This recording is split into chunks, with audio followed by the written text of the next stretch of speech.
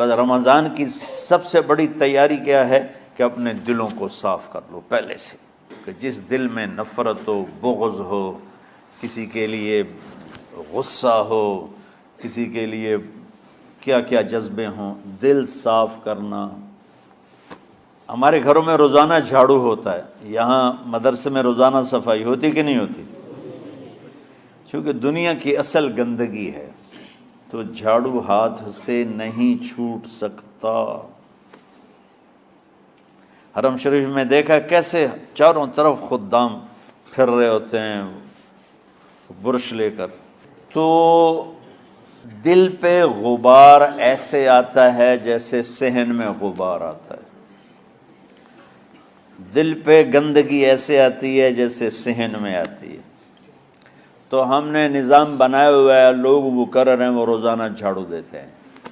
تمہارا دل ایک آنگن ہے، ایک صحن ہے، اس میں بغض، نفرت، حسد، پتہ نہیں کیا کیا گندگیاں آئیں گی اور آتی رہیں گی۔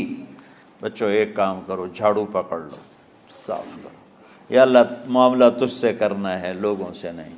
کسی نے برا کہا، کسی نے غیبت کی، کسی نے گالی دی، کسی نے دھکا دیا، کسی نے حق مارا، کسی نے کچھ کیا، یا اللہ تیرے سپرد میں نے اپنے دل کو سب سے صاف کیا، میں نے اپنے دل کو سب سے صاف کیا۔ یہ اتنی بڑی عبادت ہے کہ بڑے بڑے نفلوں والے، تہجد والے، حج عمرے روزے والے تمہیں نہیں پکڑ سکیں گے، کیونکہ اس کا کرنے والا دنیا میں کوئی نہیں۔ نفل پڑھنے والے تو بے شمار ہیں، عمرے کرنے والے بے شمار ہیں، علماء بے شمار ہیں، حاجی بے شمار ہیں، سخاوت کرنے والے بے شمار ہیں، لیکن اس ٹکڑے کو صاف کرنے والا لاکھوں میں ایک بھی نہیں ہے۔ مشکل کام ہے، آپ یہ سیکھ لیں، صاف کرو، صاف کرو، صاف کرو۔ یہ رمضان کی سب سے بڑی تیاری اور علم کو حاصل کرنے کی سب سے بڑی چابی ہے کہ اپنے دل کو کھلا کر لو۔ کوئی چیز خالی ہوگی تو کچھ آئے گا۔ جس دل میں بغض بھرا ہو، نفرت بھری ہو، حسد بھرا ہو، کینہ بھرا ہو، اس میں خاک آئے گا، اس میں تو علم کی ایک کرن بھی نہیں آئے گی۔ اس زبان سے چاہے جتنے مرضی موتی بکھیرے، دل اس کا اندھا ہوگا۔ لا تعمى الابصار ولكن تعمى القلوب التي في الصدور۔ یہ آنکھوں سے اندھے نہیں، دل سے اندھے ہیں۔ تو بچوں اپنے دل کو صاف کرنا سیکھو۔ وہ کتنی مشہور حدیث ہے، آپ نے کہا اس دروازے سے ایک جنتی آ رہا ہے۔ تو ایک انصاری صحابی داخل ہوئے، جوتا ہاتھ میں، داڑھی میں وضو کا پانی۔ اگلے دن اس دروازے سے ایک جنتی آ رہا ہے، تو ایک صحابی آئے، ہاتھ میں جوتا، داڑھی میں وضو کا پانی۔ وہی صحابی اگلے دن اس دروازے سے ایک جنتی آ رہا ہے، تو وہی صحابی 3 دن جنت کی بشارت لی۔ اس صحابہ کی جماعت میں ایک شخص ہیں جن کا نام ہے عبداللہ بن عمرو بن عاص۔ ان سے بڑا عبادت گزار صحابہ میں کوئی نہیں تھا، نہ سابقین میں نہ متاخرین میں، نہ پہلوں میں نہ بعد والوں میں۔ ان کی عبادت کیا تھی؟ ساری رات جاگنا، سارے دن کا روزہ، اور ایک ختم قرآن صبح سے شام تک۔ اتنی اللہ نے طاقت دی تھی۔ پھر وہ غلوب والی بات آ گئی، ایکسٹریم ہونے والی بات آ گئی۔ ان کی شادی والی رات حجلہ عروسی میں داخل ہو رہے ہیں، دلہن کے کمرے میں داخل ہو رہے ہیں، اور مصلی بچھا کے اللہ اکبر، اور دیر نفل تے نفل، دیر نفل تے نفل۔ تو ان کی بیگم نے دیکھا تو وہ بھی خیر کا زمانہ تھا، انہوں نے بھی وضو کیا اور پیچھے مصلی بچھا کے وہ بھی فجر تک نفل پڑھتے رہے۔ صبح ہوئی تو حضرت عمرو بن عاص رضی اللہ عنہ نے پوچھا، بیٹی رات کیسی گزری؟ کہا جی ماشاءاللہ آپ کے بیٹے تو بڑے عبادت گزار ہیں، ساری رات نفلوں میں ہی گزری۔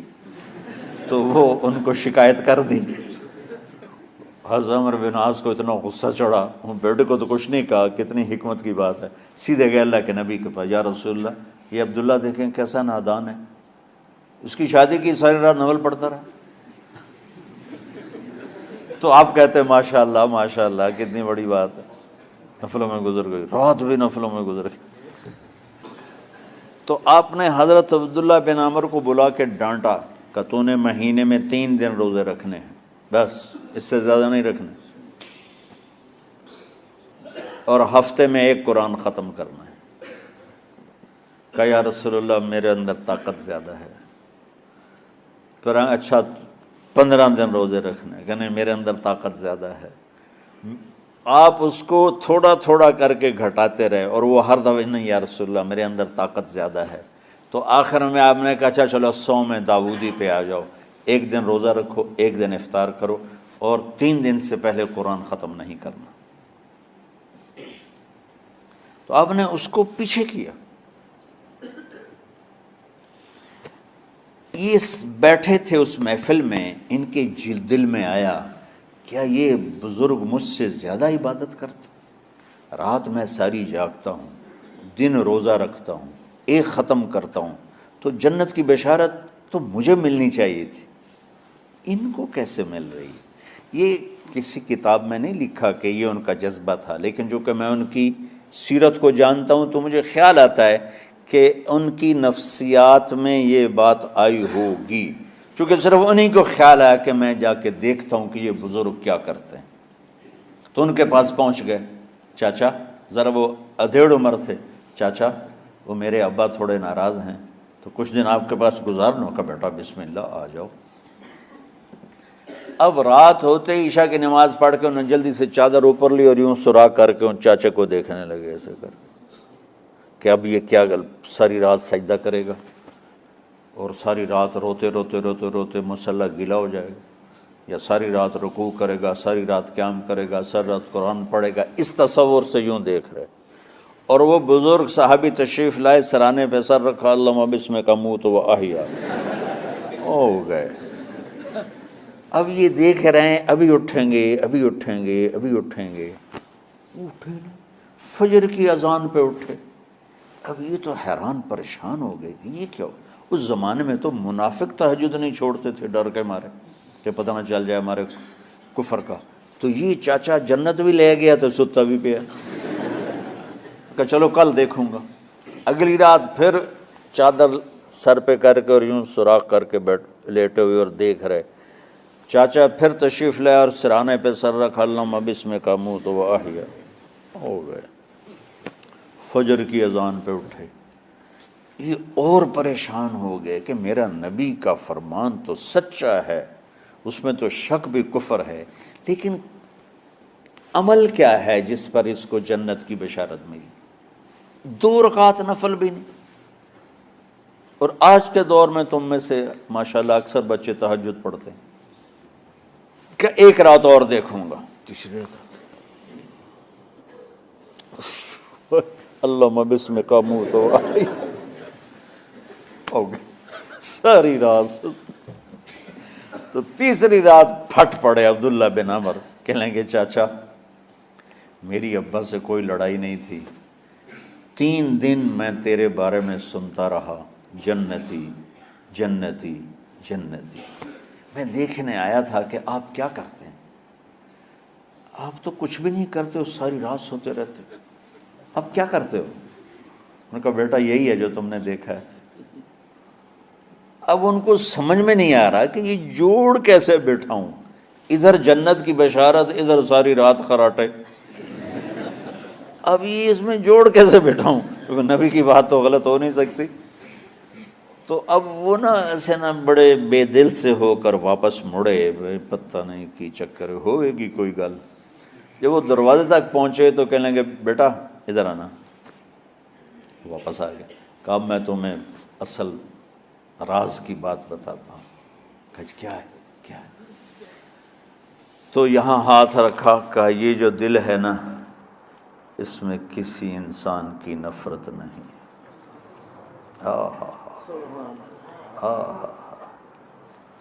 اور جب اللہ کسی کو رزق دیتا ہے، عزت دیتا ہے، مجھے کبھی حسد نہیں ہوا، مجھے خوشی ہوتی۔ تو عبداللہ بن عمر نے کہنا تھا ہاں یہ بات ہے، نہیں، انہوں نے کہا ہاذا ہوا، اچھل کے کہنے لگے ہاذا ہوا، ہاں ہاں ہاں ہاں یہی ہے یہی ہے یہی ہے۔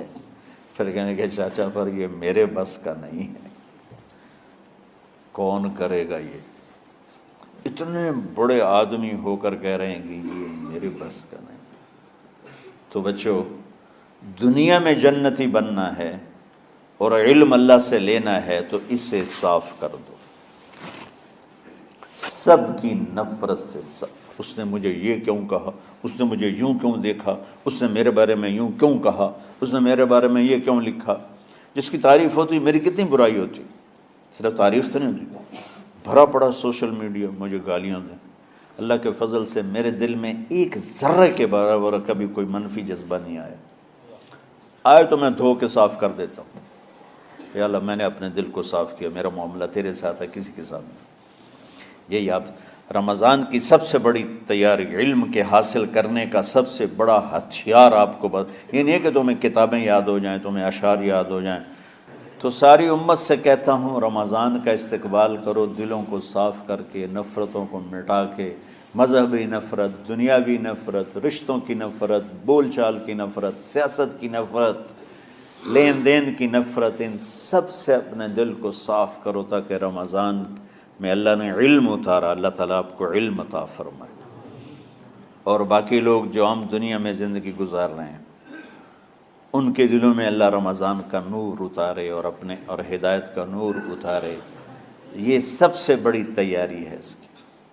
اور کسی سے گلہ ہے، غصہ ہے، ناراضگی ہے، کسی سے بولتے نہیں ہو، ابھی سے شعبان آ چکا ہے، آپ شعبان سے رمضان کی تیاری شروع فرما دیتے تھے، تو اس کی تیاری کیا ہے؟ وہ دلوں کو صاف کرو، معاف کرو، معافی مانگو، تمہارا قصور نہیں پھر بھی معافی مانگ لو، دلوں کو صاف کرو، اور اللہ سے سخاوت مانگو کہ اللہ کو سخی بھی پسند ہے اور صاف دل والا بھی پسند ہے۔